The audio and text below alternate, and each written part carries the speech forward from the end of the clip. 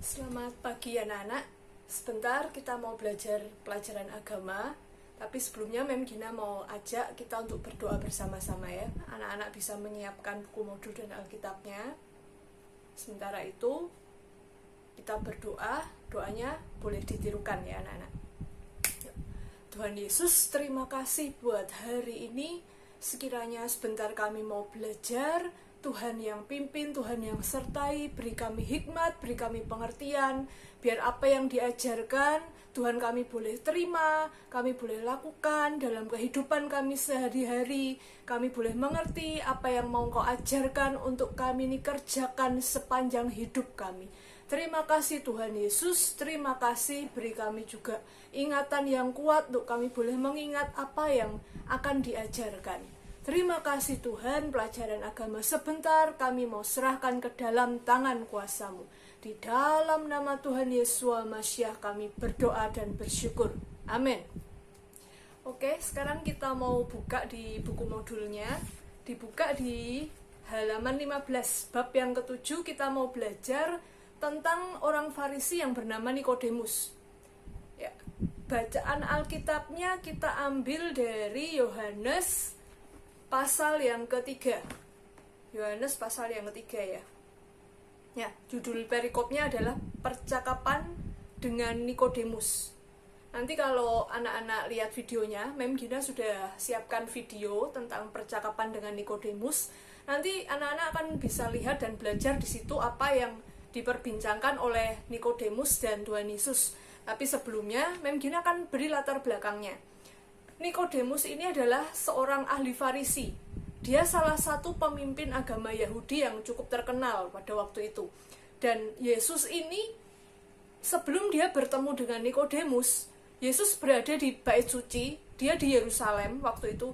Dan Yesus ini di hari-hari itu dia membuat sangat banyak mujizat, sehingga menarik perhatian dari banyak orang.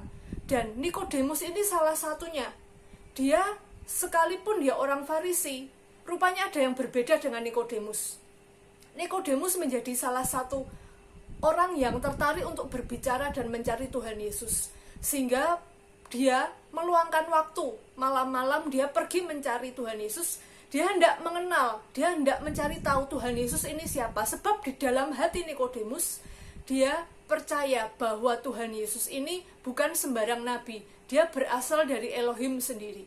Karena dia percaya bahwa tidak ada seorang pun yang bisa mengerjakan begitu banyak mujizat kalau dia tidak diutus oleh Elohim. Dan itu sudah menjadi poin plus dari Nikodemus. Kita mau baca perikopnya anak-anak. Kita lihat dari ayat yang pertama ya. Yohanes 3 ayat yang pertama. Adalah seorang Farisi yang bernama Nikodemus, seorang pemimpin agama Yahudi.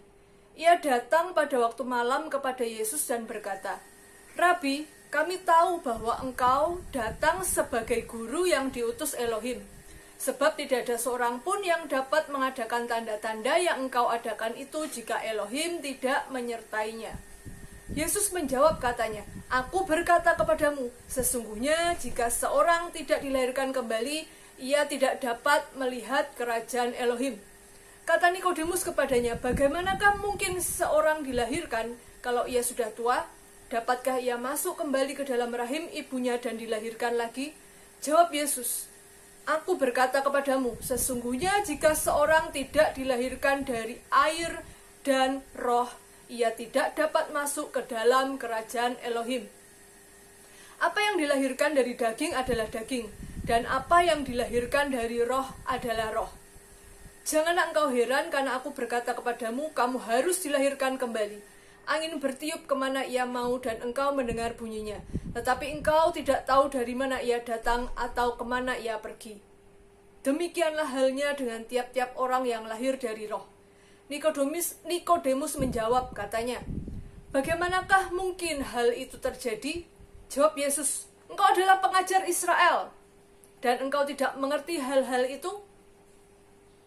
Aku berkata kepadamu, sesungguhnya kami berkata-kata tentang apa yang kami ketahui dan kami bersaksi tentang apa yang kami lihat, tetapi kamu tidak menerima kesaksian kami.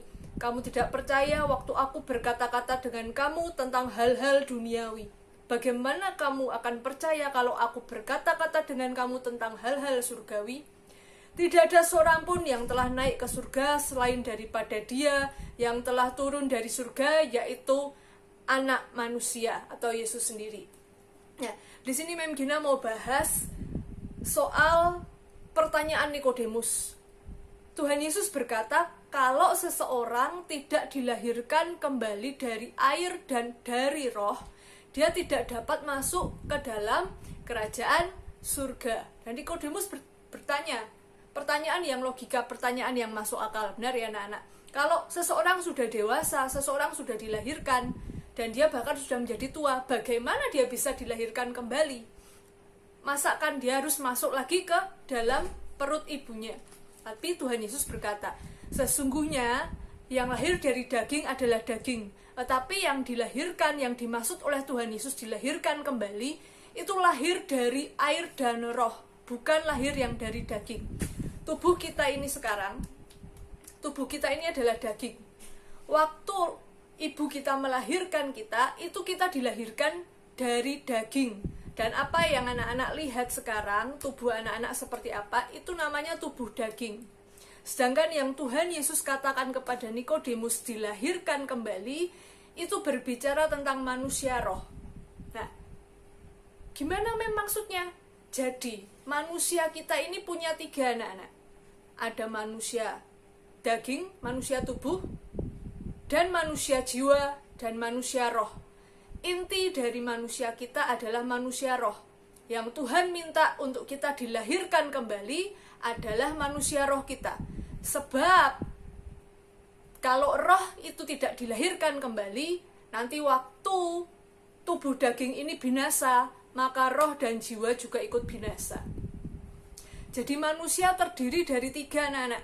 Ada yang namanya tubuh atau daging, ada yang namanya jiwa. Jiwa itu apa anak-anak? Jiwa itu adalah di pikiran, perasaan. Kalau anak-anak punya kehendak, anak-anak marah, anak-anak mungkin bahagia, anak-anak punya emosi, anak-anak punya keinginan, itu terletak di jiwa.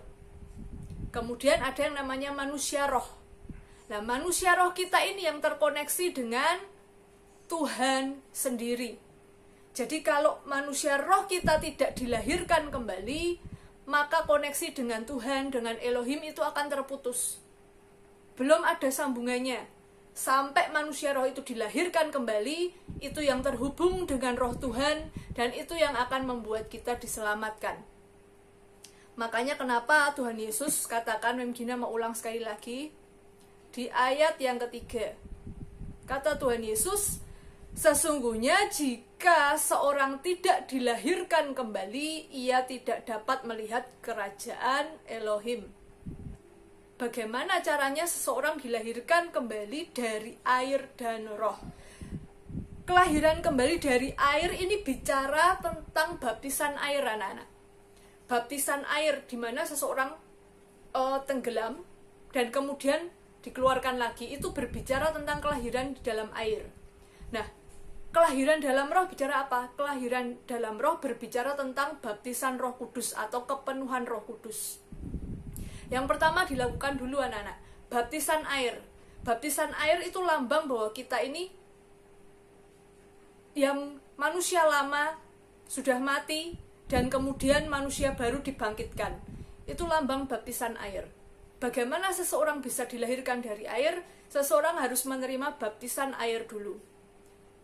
Kalau kita lihat di dalam Alkitab anak-anak, banyak sekali orang-orang percaya, contohnya Sida-Sida yang dibaptis oleh Filipus. Waktu dia memberi dirinya percaya kepada Tuhan Yesua, maka Sida-Sida itu dia langsung minta dibaptis oleh Filipus. Dia langsung turun dan menenggelamkan dirinya ke air. Bahkan Tuhan Yesus sebelum dia memulai pelayanannya, hal pertama yang dilakukan oleh Tuhan Yesus adalah dia turun dan minta dibaptis oleh Yohanes. Begitu Tuhan Yesus masuk ke dalam air dan keluar, ada roh seperti burung merpati dikatakan hinggap di atas Tuhan Yesus, dan ada suara dari langit berkata, inilah anakku yang kukasihi, kepadanya lah aku berkenan. Jadi baptisan air itu adalah kehendak Bapa.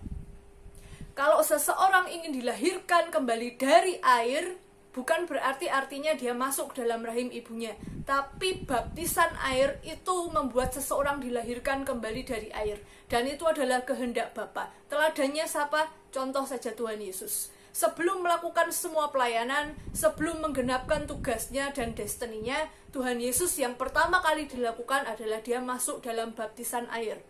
Setelah baptisan air, contoh baptisan Roh Kudus setelah perjanjian baru apa? Setelah Tuhan Yesus diangkat, kita ingat ada peristiwa Pentakosta.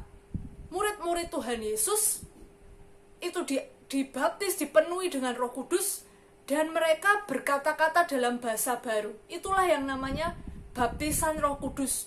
Salah satu contohnya, salah satu buktinya adalah berkata-kata dengan bahasa-bahasa baru, bahasa lidah. Bahasa-bahasa baru itu menandakan bukti pertama kali seseorang lahir kembali oleh Roh, atau yang dikatakan baptisan Roh Kudus. Nah, jadi percakapan Tuhan Yesus dengan Nikodemus ini, Tuhan Yesus mau berkata, kalau seseorang ingin melihat kerajaan Elohim, maka tidak bisa kalau orang tersebut tidak melalui dilahirkan kembali oleh air atau baptisan air di dalam nama Bapa, nama Putra, dan nama Roh Kudus. Nama Bapa siapa? Bapa Yahweh. Nama Putra siapa? Yeshua HaMashiach, dan Ruach HaKodes atau Roh Kudus. Harus dibaptis selam. Dan yang kedua, seseorang harus hidup setiap hari dalam kepenuhan Roh Kudus. Itu yang mau dikatakan oleh Tuhan Yesus. Tetapi Nikodemus tidak bisa menangkap itu. Karena sekali lagi, kalau bukan Tuhan yang membukakan, manusia tidak akan bisa menangkap. Kemudian di ayat yang ke-14, kita lanjutkan di ayat yang ke-14. Dan sama seperti Musa meninggikan ular di padang gurun, demikian juga anak manusia harus ditinggikan, supaya setiap orang yang percaya kepadanya beroleh hidup yang kekal. Karena begitu besar kasih Elohim akan dunia ini, sehingga ia telah mengaruniakan anaknya yang tunggal, supaya setiap orang yang percaya kepadanya tidak binasa, melainkan beroleh hidup yang kekal. Sebab Elohim mengutus anaknya ke dalam dunia, bukan untuk menghakimi dunia, melainkan untuk menyelamatkannya oleh dia. Barang siapa percaya kepadanya, ia tidak akan dihukum. Barang siapa tidak percaya, ia telah berada di bawah hukuman, sebab ia tidak percaya di dalam nama anak tunggal Elohim. Dan inilah hukuman itu, terang telah datang ke dalam dunia, tetapi manusia lebih menyukai kegelapan daripada terang, sebab perbuatan-perbuatan mereka jahat. Sebab barang siapa berbuat jahat, membenci terang, dan tidak datang kepada terang itu, supaya perbuatan-perbuatannya yang jahat itu tidak tampak. Tetapi barang siapa melakukan yang benar, ia datang kepada terang, supaya menjadi nyata bahwa perbuatan-perbuatannya dilakukan dalam Elohim. Dan Tuhan Yesus menyatakan dirinya kepada Nikodemus. Dengan jelas ia berkata kepada Nikodemus, sama seperti Musa meninggikan ular di padang gurun, demikian juga anak manusia, yaitu Tuhan Yesus sendiri, harus ditinggikan. Ditinggikan di mana? Ditinggikan di atas kayu salib. Kalau anak-anak baca di Perjanjian Lama, kita lihat di buku modulnya. Buku modul di halaman yang ke-24. Kita lihat di halaman yang ke-24. Dulu pernah suatu kali terjadi peristiwa ketika Musa membawa bangsa Israel keluar dari Mesir. Di dalam perjalanannya di padang gurun, bangsa Israel ini bersungut-sungut kepada Tuhan. Terus mereka bersungut-sungut sampai akhirnya membuat Tuhan itu marah. Dan Tuhan mengirimkan ular beludak di antara orang Israel. Dan orang Israel ini dipagut, mereka mengalami seperti penyakit karena ular beludak ini, dan banyak orang Israel yang meninggal karena ular beludak itu. Dan mereka berseru kepada Tuhan minta pengampunan. Tetapi Tuhan tidak menyembuhkan mereka begitu saja. Tuhan menyuruh Musa membuat tongkat dengan berbentuk ular. Jadi ada ular yang dililitkan di tongkat itu dan ditancapkan di atas bukit. Kemudian Tuhan berkata, barang siapa melihat tongkat itu, tongkat ular itu, mereka akan disembuhkan.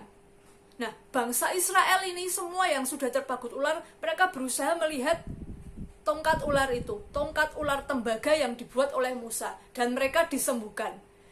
Tuhan Yesus mengingatkan Nikodemus akan peristiwa yang pernah terjadi pada bangsa Israel pada waktu itu. Dengan mengkiaskan bahwa dulu bangsa Israel sembuh karena melihat ada tongkat ular tembaga yang ditancapkan oleh Musa di bukit. Nah, Tuhan Yesus mengibaratkan dirinya seperti ular tembaga tersebut.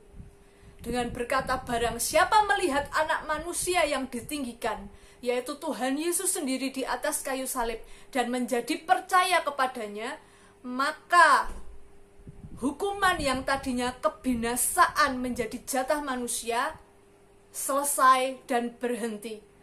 Manusia diselamatkan, dihidupkan kembali. Kehidupan yang kedua, kehidupan kekal, keselamatan kehidupan menjadi hak dari manusia. Siapapun yang memandang kepada anak manusia yang di atas kayu salib dan percaya, maka mereka akan diselamatkan.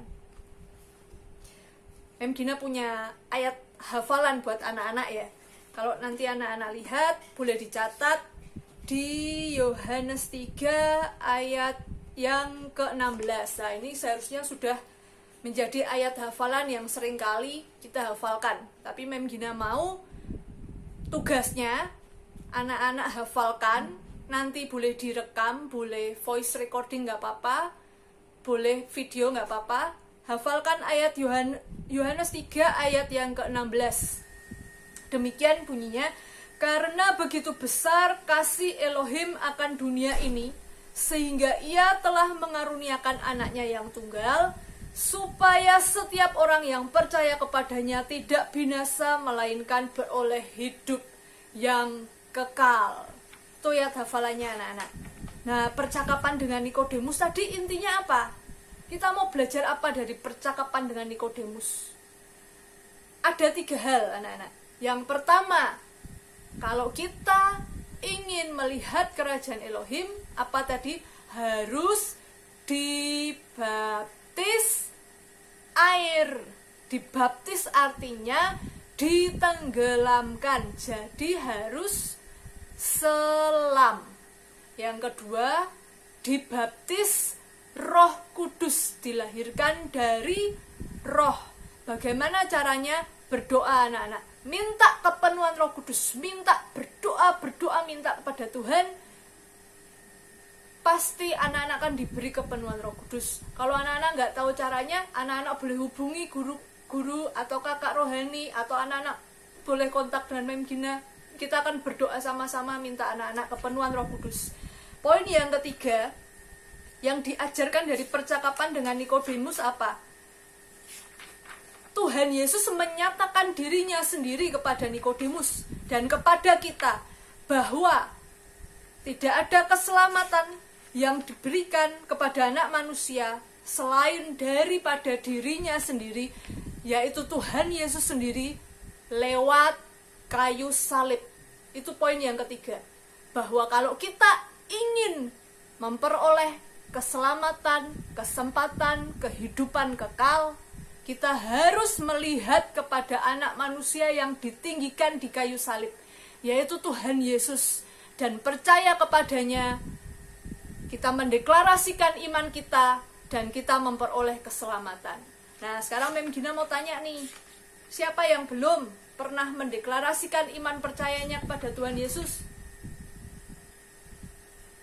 Nah, kalau sudah, puji Tuhan. Tapi kalau belum, sekarang Gina mau ajak sama-sama, kita mau deklarasikan iman kita.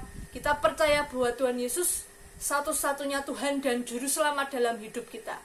Yuk, Gina mau ajak, sebelum kita akhiri pelajaran agama hari ini, kita mau sama-sama mendeklarasikan iman kita, bahwa kita percaya Tuhan Yesuslah satu-satunya Juru Selamat dalam hidup kita, dalam hidup anak-anak dan Mem Gina.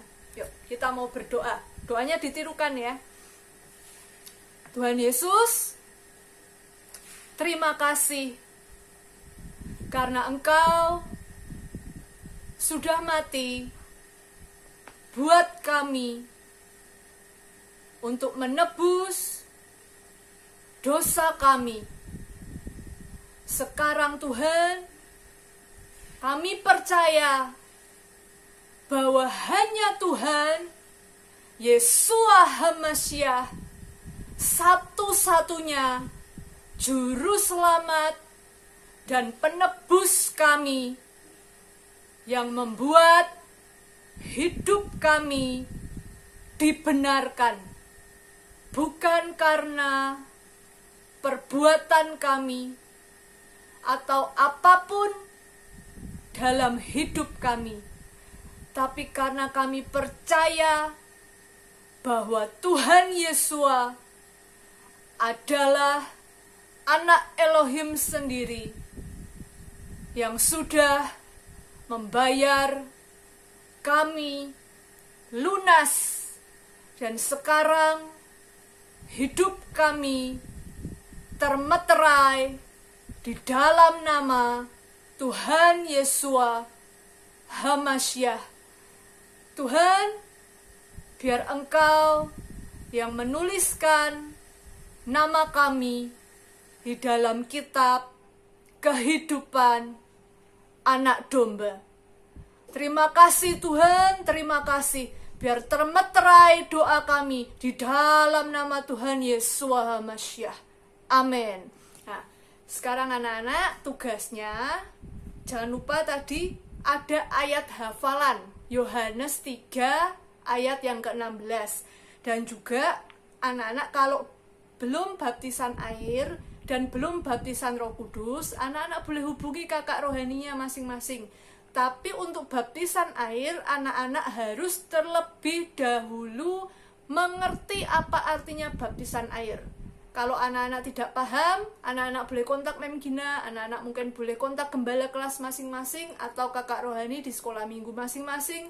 Tanyakan kepada mereka apa syaratnya untuk dibaptis air, bagaimana caranya kepenuhan Roh Kudus, nanti anak-anak pasti akan dibantu. Oke, terima kasih, Tuhan Yesus memberkati.